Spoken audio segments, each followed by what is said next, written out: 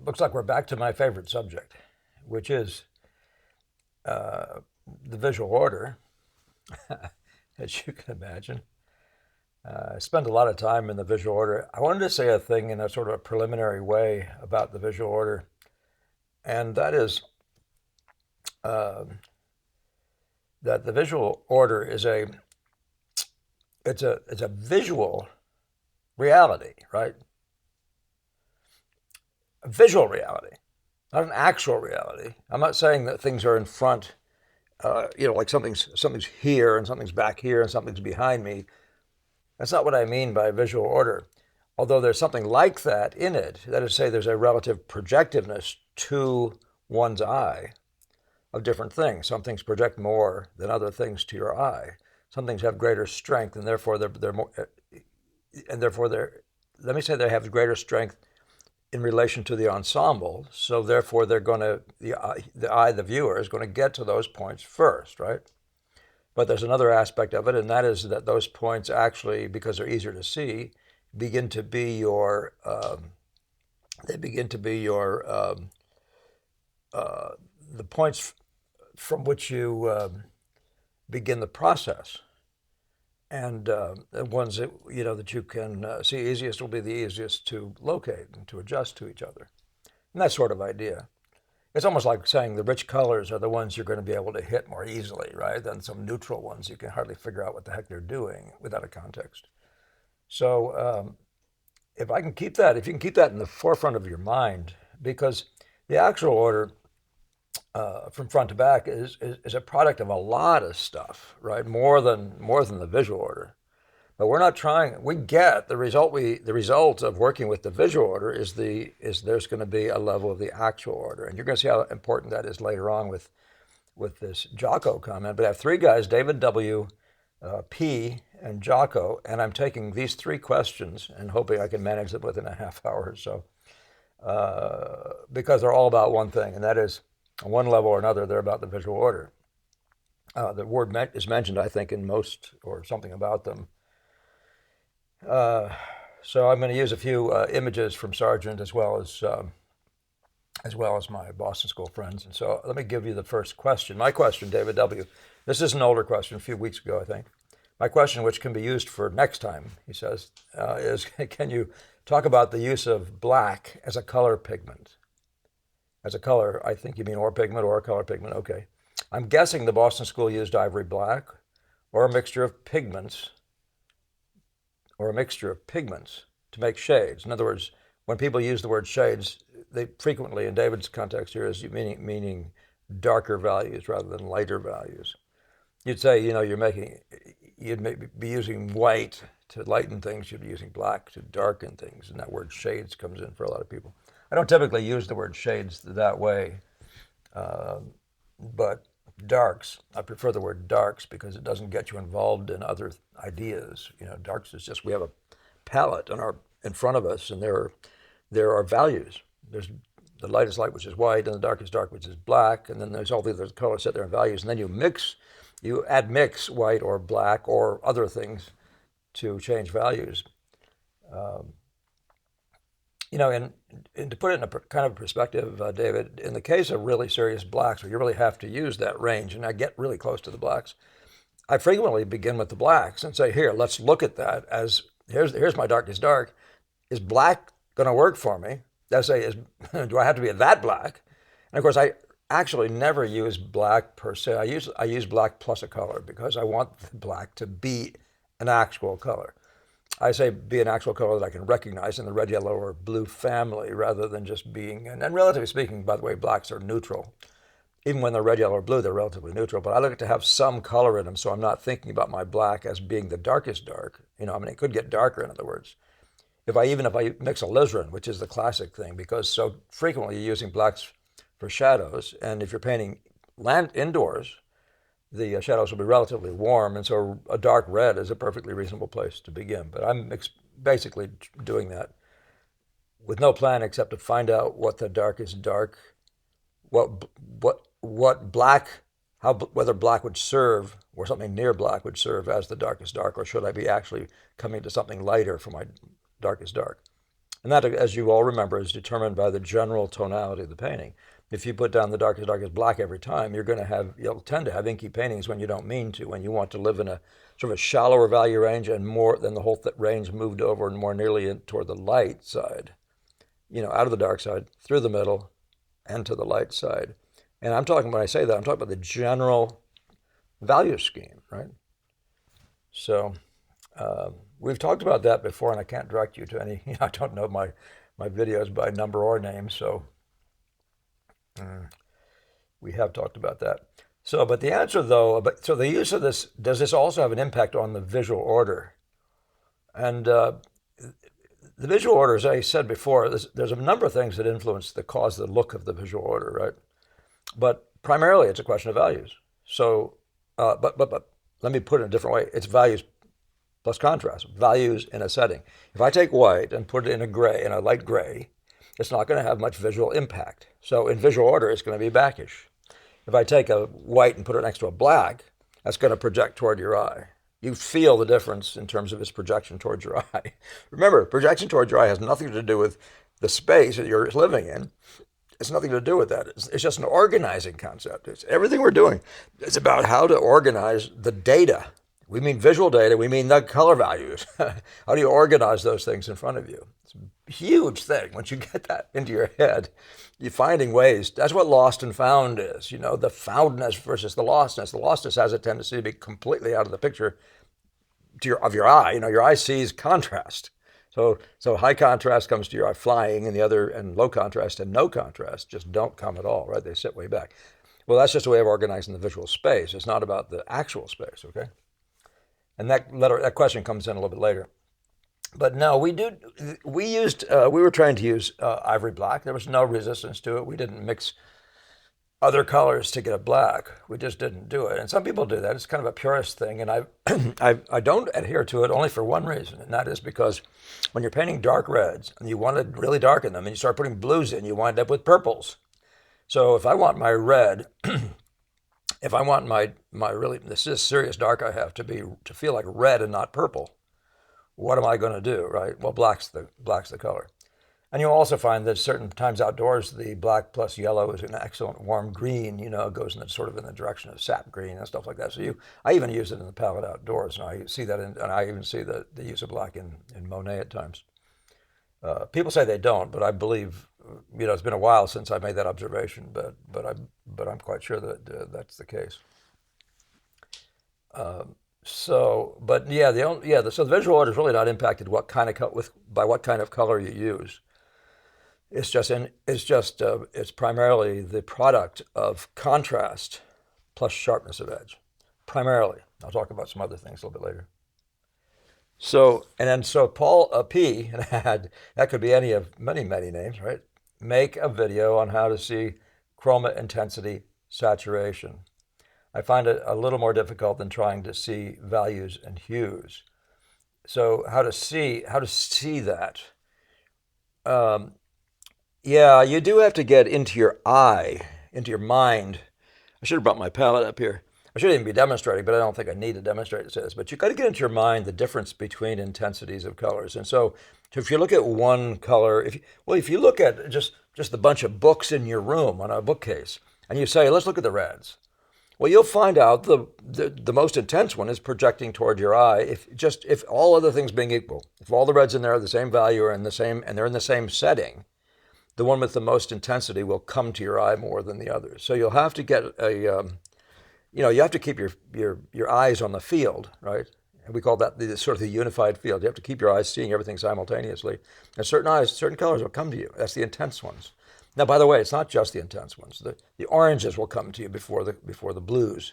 A very, very intense blue still has some resistance to really come to you like an orange. On the other, and that everybody tells me that has to do with the wavelengths of colors and stuff and how it affects your eye or how your eye manages that. So those kinds of speeds. But when you're hitting notes and trying to get the chroma to improve, everything then becomes relational. Improve in relation to what? You want to get it more chromatic.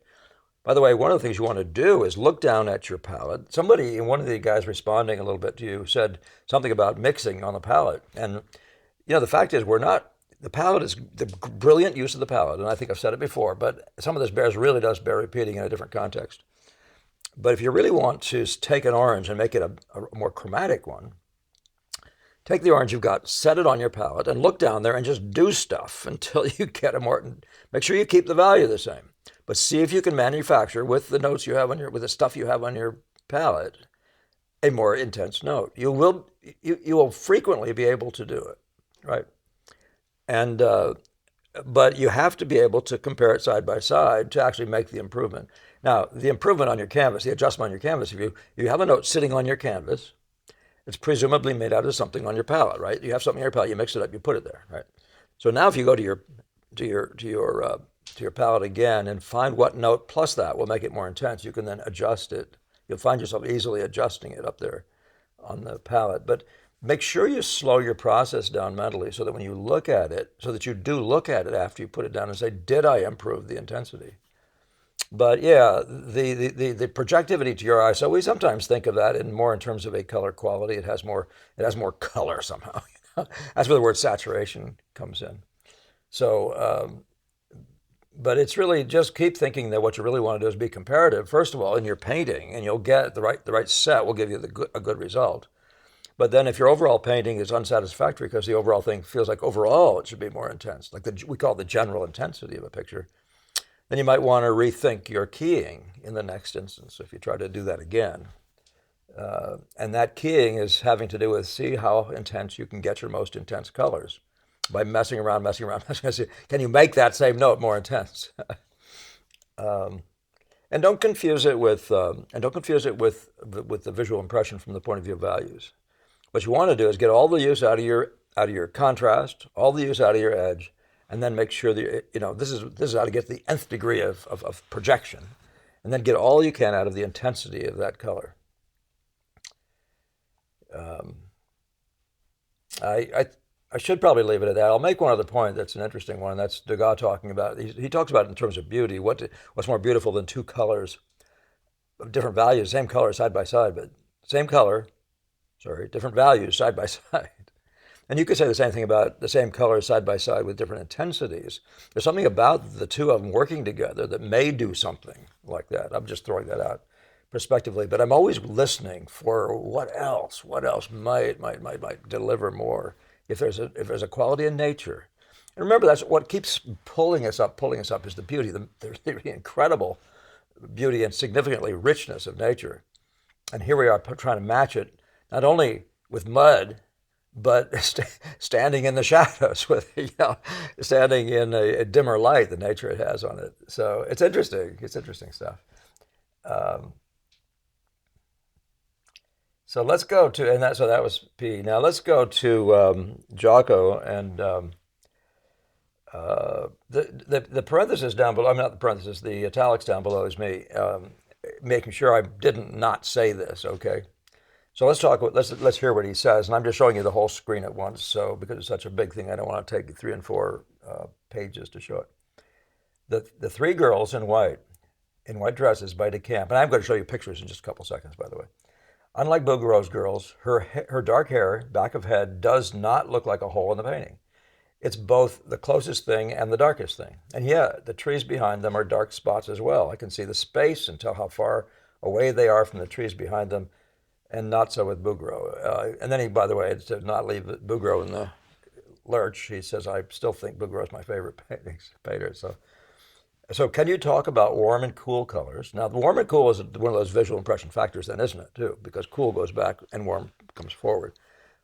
And that, again, I think simply is a matter of the greater, whatever, speed of the wavelengths, whatever, and how that affects us. And I'm saying that, sort of like saying there's some science to it, but you can feel it.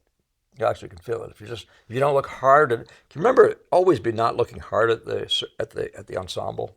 Don't be looking zoomy in and trying to grab onto things, understand them. I caught myself doing that, looking at something today myself, and it's one of those natural tendencies. You look at something and you say, and you see an object sitting on the floor, or a book or something like that, and you say, what color is that? And you're thinking, what color is that book? And that's called local color. Like, what color is that book? So you hold it up close, you look at it, you think about it, and that book, if I were to get some paint That would be what's the local color, the color of that book. But the color of that book in a distance, its only relevance, first of all, is what color is that book in relation to the other things. But then the color is also affected by the light and different things like that. So it goes away, that thing called local color of the paint you would have made it with if you're painting the book. I mean, painting the book, like painting the cover of the book, is a different color. And that's where Millais sort of screws it up. And he implies, or says actually, that to get a color right, he would hit the note of the color and he'd walk up to the tree and see if it was the same as the tree. That's the epitome of what we don't do. So, but I knew I was going to do that. I rather lost where I was taking you with that. But so the first part of this question is about or the second part, I mean, where I am now is about the warm and cool colors. He says, can you talk about warmer colors?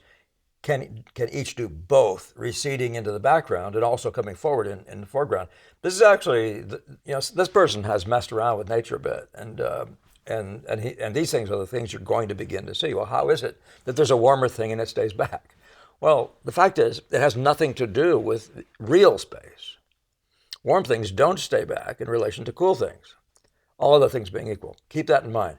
So a really chromatic blue might get to your eye. I shouldn't say might, but a lighter and more chromatic blue in a contrasting area will get to your eye way before some warm will, in one sense.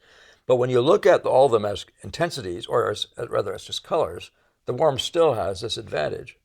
So, but just make sure you don't be thinking forward in terms of 3 feet forward. It's really more it just simply gets to your eye faster, or holds your eye more easily than all the neutrals. So when you start looking at the reds in a picture, which if you look at Chardin, he's a wonderful example. I am going to go to pictures here. I better do it pretty quick. If you look at Chardin, he's a nice example of a guy who knows to use reds. He distributes reds, and he does it evidently as a painter, as an artist, right? And intensities are like that, highly intense colors. You can distribute them through a picture. The eye will enjoy that, the play. So they exist in their own realm, in their own space. A particular chroma does, but particularly a particular chroma in a particular color. They exist in their own. They have their own little world, and your eye will pick up red, red, red, red, red. As soon as you see a red, in fact, we try to teach it to you as a reflex, instinctively. If I ask you what color this shirt is, you'll instinctively, to understand what color to paint it, you're going to look at all the stuff behind me. You're going to see any greens that might be in the background or anything else that's anywhere, and and you'll be correcting it to those. You'll be making it right to those, and that's what gives it its rightness in any meaningful sense. That is, in the painting's meaningful sense, is the relationships, is the relational. So, but let's finish this question. Simultaneously, in one painting, depending on the surrounding color value, saturation, gradients, transitions, edges. For example, the yellow in her dress is up close and putting the same yellow pieces of paint in the dress behind, around the arm, and further still in the background. And so my point here again is just this: that the visual order isn't this, except visually. There's a projectiveness, and so I'll just look at some of the pictures with you. And this really is a big, big, big deal. So in this picture here, the one you're looking at with by Joseph de Camp, the one he's referring to, you can easily see, and this is like these values here in the tree. Oh, let me get my brilliant light again if I can. Oh, there it is. So there we go. So this stuff up in the tree is not very dissimilar in value from the hair, and yet the hair comes forward as color. Now that's the warm, cool thing, right? They're maybe slightly richer, warm, cool, oranges versus blues, greens, whatever. So that's a factor. Well, but there's more of a factor because there's this high contrast there's a warmish skin, which again you can see. Now here you have to make up your mind. Is this coming forward because of contrast, because it has great contrast, or is it coming forward because it's warm? Or is it coming forward because it has a sharper edge than I'm looking at any other effects back here? Or is it all of those things taken together, right? So there's a projectiveness that's in nature that has nothing to do with space. And yet, if you hit these notes right to each other, you're going to get the sense of space. This is going to feel forward compared to that if you get the relative intensities and the right colors. And all the other things have something to say as well. So the point I wanted to continue making is there are many things that cause the actual forward backwardness, what I would call the actual, meaning the space in front of you. One of them is just simply overlapping. See this, the girl's foot down here, this you'll take to be further back because this is appearing to be in front of it. Okay? You'll even take these trees to be further back because this tree is bigger. So there's a perspective thing going on there. But here, or this girl overlapping this one, well, this blue as a color comes to your eye before this white does. Well, at least in this presentation it appears to. That's an interesting question. But it has more intensity, and there's something about that that will suggest a connection to your eye that pure whites don't. Of course, nothing compares with what this does. So if you look at the set of the whites, obviously it's the red white that's coming to your eye.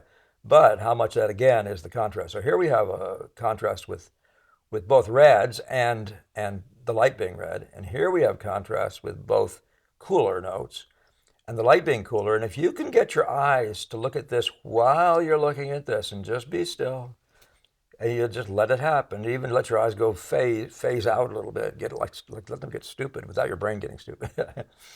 And you'll see that this projects way more than this one does. All other things appearing to be, relatively speaking, equal. Now you can affect that, and you begin to be able to do these in micro whatever measure. When you, for example, look at these two edges, you say, well, this edge should have been sharper, and that's probably the reason this one doesn't project more. When I'm looking at this thing, I find that this projects more than I've got it, and you'll look around and say, oh, yeah, I didn't get the edge relationships right. Or you'll say, oh, it was caused by intensity. I didn't get the intensity relationships right. Or I didn't get the dark enough compared to this dark, the dark of the ribbon she's wearing, or the scarf she's wearing. But so there's any number of things that lend to the illusion of three-dimensionality. Don't equate the visual order with three-dimensional order. Just don't do it. But let me promise you, if you get the visual order, you will get the three-dimensional order. And so that's the reason I wanted to put these things out to you today, as well as, of course, to cover three different guys and give them a chance to be heard, to be answered. We can talk other things. We can talk. See the blues. Here's a blue here, and there's a blue there. There's a tendency for the greener blue, that is to say, the warmer blue, to be more projective to your eye, and you can confuse intensity with red, yellow, blue, right? So don't. I mean, that's where you have to discipline your thinking, right? You have to know whether this is being caused by intensity or it's being caused by it being more red. That thing meaning projectiveness. But you don't really have to think about that. You just have to use that as a backstop. What you do is you get your color values right, get your edge relationships right when you get this first set even of contrasts. Just look at them together and see if they sit spatially on the page right in relation to each other, which you can see. Don't be thinking of them as objects. Just think of them as they're floating there, and some of them are this way and some of them are less this way. Not actually, but visually. And when that happens, you'll actually, if you get these relationships right, you're going to already see the third dimension taking place. And what I do is when I set up these things, you see me doing it. I float this effect here, and I float this one, right? First, I put colors around and make sure those are going to be plausible. The color value relationships are already as spots. But then the beginning of the real resolution of this kind of stuff, to be sure everything's going to work, is you go to this effect here, and you get that contrast plus edge right, and you go to this effect and get that contrast plus edge right, and you go to any other ones you may have that are the significant first wave of these things, and then you just simply pause your eye and take in all three of them at once, and they should come to you at the right they should be spatially in the abstract. The one that's closest should be closest. But it doesn't necessarily mean anything about the third dimensional distance. I'm just saying, let yourself know, though, that, oh, look, we're winning. This is also happening, okay? There's a difference in how they sit to each other. This is a marvelous thing, actually. We've talked about it before. Low contrast, this top of the tree tends to go back compared to this part of the tree, right? Now, that's not real. This part of the tree may be further back than that part of the tree. Could very well be, right? So don't confuse the visual distance back with the with the illusional distance back, okay? Don't forget, I said that wrong, did I? Don't confuse the visual distance back, which is this is more forward, that's more back, with the reality, right? But that is a wonderful thing to think about, Jocko. That forward and backness in reality, you can have something way in the back that's hot, like a little red barn way back there. It could be way hotter. It could be way more rich, way more saturated than this shoe, or say this part of the shoe, and it'll still stay back. All other things being correct in your rendering of the relationships of things, contrast, edge, and intensity. So yeah, I think I've covered it. Oh, there's one other thing I could talk about, and that is the relative busyness of things. There's a certain tendency for things to come forward by being busy. So when you're painting away here, you'll feel like if you just have this real simple looking, this will go way, way, way back, but it'll go too far back, right? And so if it's got nothing in it, but when you put the busyness into it, there's a relative forwardness by busyness, right? So even the busyness of something, and it's a funny thing to look at. This one here, the busyness of this one compared to the non-busyness, say, of this one or this one, can be a factor. There's so many things that can be a factor. That's why you don't really have permission to just put in what you feel like and take out what you feel like. If you intend to create that the truth of that ensemble, right? And as I've said before many times, the reason and the people I'm talking to out there are people who really are trying to get their knowledge base solid. And the impressionist mind is what you need. You need to actually be able to manage the visual stuff in front of you and see what, and you will see, as Jocko is seeing, you'll begin to see what produces what. So, yeah, I actually meant to look at a couple more pictures. Let's look at them quick. How am I doing? I'm a little long already. But these would be good examples. There's a blue thing in the foreground. It doesn't look like it's in the background. It's in the foreground, right? Compared to these hot reds up in here. But visually, you might easily look at this and think this is more forward, and it is. And so when you're painting the red, you want to make the red to feel more forward than this, if it does, as a warm, if it comes to your eye. Make sure the way it comes to your eye, the speed of whatever it is at which it comes to your eye is the same when you're looking back and forth at these things.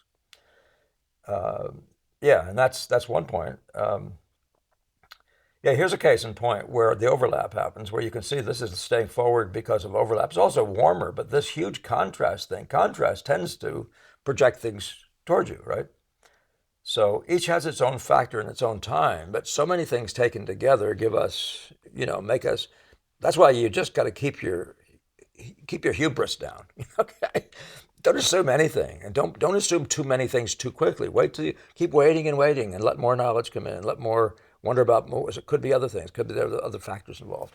Everybody's trying to create a formula way too quick, and you want to be spitballed over the home plate of life. So here's Sargent with a red in the background, and there's no way in the world you think of that in space as coming forward. It stays back there.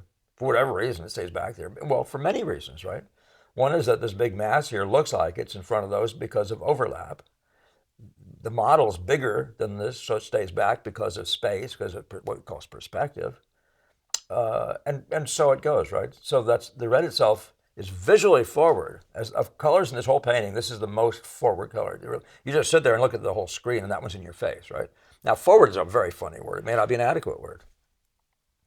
But we see that this area is the dominant spot because of the sheer number of things, the busyness, the contrast, the size, so many things, the brightness,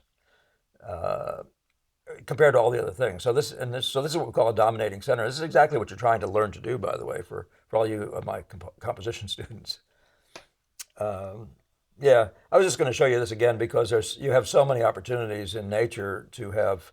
Like we can see that this person's feet are further in front of the picture than this person's feet. Well, what's causing that? Well, that's that knowledge of perspective, if you want to put that down. But it doesn't mean you have to know perspective. You just have to get the values right and the sizes right and all of the things relationally right. And then you'll get this sense of this being 4 feet back. This would just be going through this just be an exercise in what causes some things to come forward. You see how this edge here, this loss, relatively low contrast with a soft edge, goes back compared to this thing right here, or this thing here, and this thing here. Why is that one feeling like it's really coming toward us when it's in lower contrast than this? What is that? Was that a result of? But that's the kind of game that we're into out there, just comparing this to this, that to that. And one of the factors is what we may as well think of as spatial. It's a version of spatial, but that's why I call it the visual order.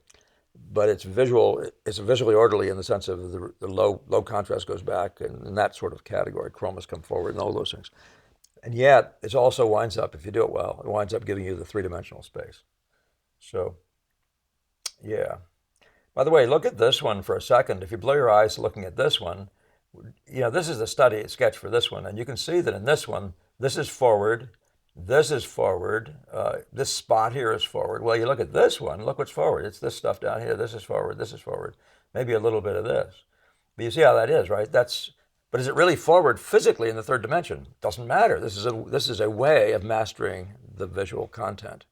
And you wind up with the third dimension, and these are two. They both feel like the girl is three-dimensional. She's sitting, her arms are still in front of her in both pictures, right? So, yeah. Anyway, ain't it a riot? Isn't this fun? So thank you for those questions, David W. P. and Jocko. I may get to some of that other stuff you're talking about, Jocko, one of these days, the subject issues. They're pretty significant deals that you're talking about. And it does sound like you're a more mature painter in a number of ways. Yeah, I don't know much about you, but you sound like you've put some time in and you have a good mind for this stuff. So, none of you guys don't. I'm just having to say, Jocko talks a lot. And I don't say that to be offensive, by the way, not even a little. I find that I'm a talker, and I've talked my way into knowledge. And I find that somebody said you think with your mouth. You've heard that comment about certain people. They think with their mouth, and they get into trouble that way. Yeah, well, get into trouble. Go ahead, But I project things out verbally, and then I can see them more plainly, strangely enough. So you might consider, if you're not a talker, to become one. All right. Anyway, well, thank you all for sharing, for giving your comments in here, for subscribing and all. Keep it up, and I will try to keep on the track with you. And see you in the next one.